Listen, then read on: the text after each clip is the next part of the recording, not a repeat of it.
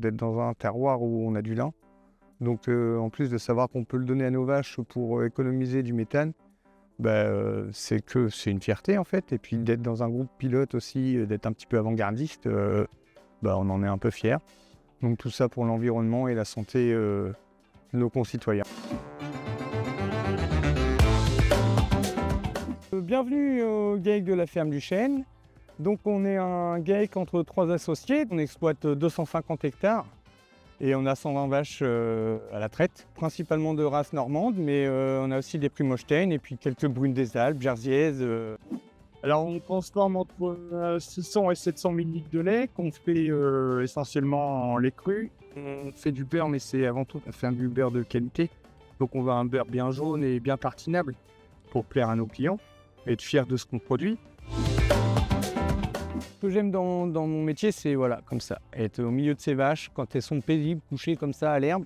Je trouve qu'une vache, c'est bien dehors, bien à l'herbe. Ce que j'aime, c'est être au contact des animaux de bonne santé et qui produisent du lait quand même. On essaie de trouver des solutions pour raisonner notre agriculture et la pérenniser pour conserver notre planète et la santé de nous et nos enfants. On essaie de faire véler nos animaux plus jeunes, aussi vieillir plus. Ça fait du coup moins d'animaux à élever. Donc forcément moins d'émissions de méthane.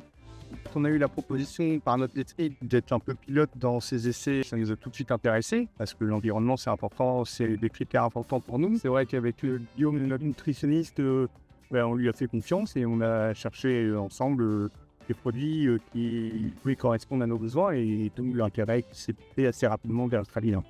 On avait des chiffres qui étaient dans les ordres de 16 grammes par litre de lait d'émissions de méthane. Aujourd'hui, on arrive à peine 14.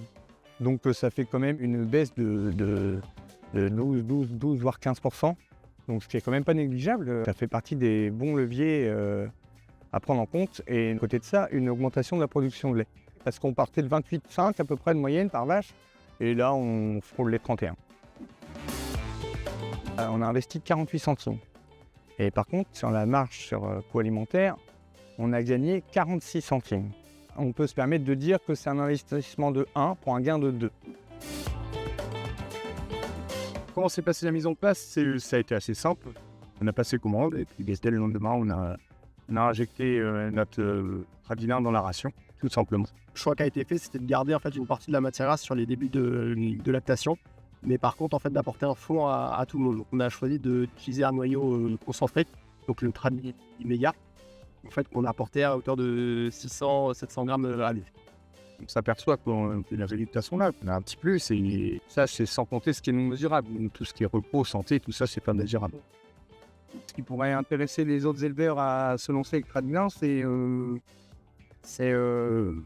avant tout le relationnel, bien comment ça colle. Il s'adapte à ton exploitation, donc, parce que chaque exploitation est différente. Et en plus, les résultats sont là.